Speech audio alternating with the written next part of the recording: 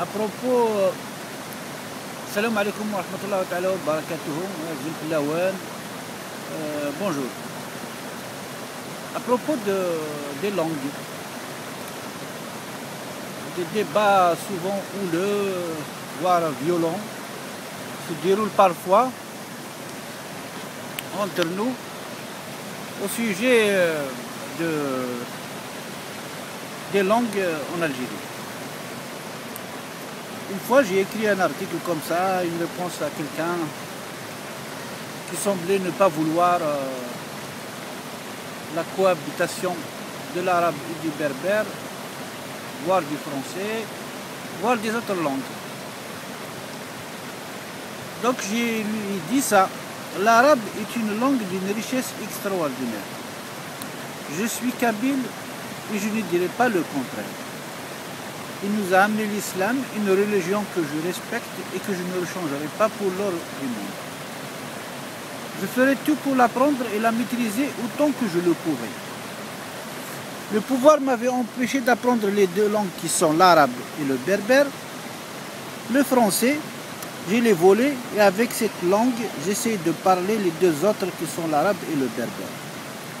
Je rêve, je sens, je pense, je crois et je respire en berbère et en arabe et je m'exprime par écrit surtout en français. J'aime les trois langues et je suis heureux de les aimer et de pouvoir exprimer mes sentiments, mes idées, mes émotions, mes convictions et mon existence par elles et avec elles. Donc après, je me suis posé quelques questions. Je me suis dit, avec quelle langue s'exprime un muet, qu'il soit kabyle ou arabe?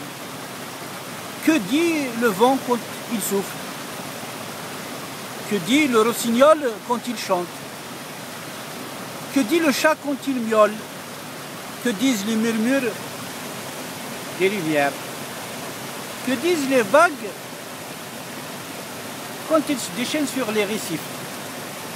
Que disent les balles d'une mitraillette quand elle crache ses balles? Que dit le silence de l'aube? Que dit le silence de l'aube? Que disent les pierres quand elles dévalent une montagne? Que dit la neige quand elle tombe? Que disent les couleurs? Que dit la veuve qui vient d'apprendre la mort de son chéri pour la liberté de son pays? Que dit l'homme digne qui torture son frère là où il était torturé, où ils étaient torturés les moudjahidines? Que dit l'enfant qui vient d'apprendre que son père vient d'être lâchement par un traître ou un cousin qui a fait le choix de devenir la main qui tue, ce qui lui désigne ses maîtres? Que dit le bébé quand il pleure, quand il s'agite, quand il gigote et quand il s'angoisse? Il dit j'ai faim, je suis sale, j'ai peur, ou j'ai besoin de la présence, de la réassurance, de la protection, de la voix, de la douceur, de la tendresse de mon père et de ma mère. Pourquoi il le dit par les pleurs? Parce qu'il ne parle pas encore, il ne sait pas dire maman j'ai faim, il ne peut pas aller travailler, gagner de l'argent, acheter du lait, le préparer, le boire, et ensuite aller se pousser dans son berceau.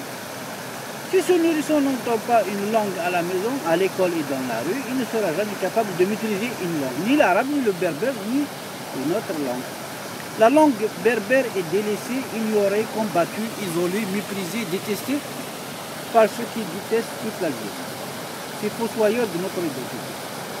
Ils étaient romains, français, arabes, berbères. Ils avaient tout fait pour quitter l'Algérie d'une partie de son corps, de son âme et de son cœur. Mais les derniers colonisateurs de notre pays, les dafistes et leurs alliés internes et externes ont fait pire. Ils ont détruit l'arabe, le berbère et le français. Ils veulent nous rendre comme des muets ou comme des animaux. Ils ont joué de nos richesses, de notre diversité pour nous diviser, nous entretuer, nous manipuler et nous asservir. Ils volent, ils font tout ce qu'il faut pour continuer à nous voler. Dites-moi, quelle est la partie de nos richesses linguistiques, culturelles, historiques, spirituelles, matérielles, géographiques, sociales que ces voraces ont essayé de mettre en valeur? Ils nous ont utilisés et ils continuent à nous utiliser pour leurs propres intérêts, c'est tout.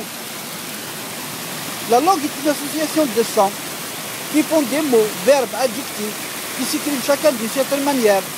et qui ont chacun un sens donné. Et le sujet, en agissant sur les verbes, peut être un complément.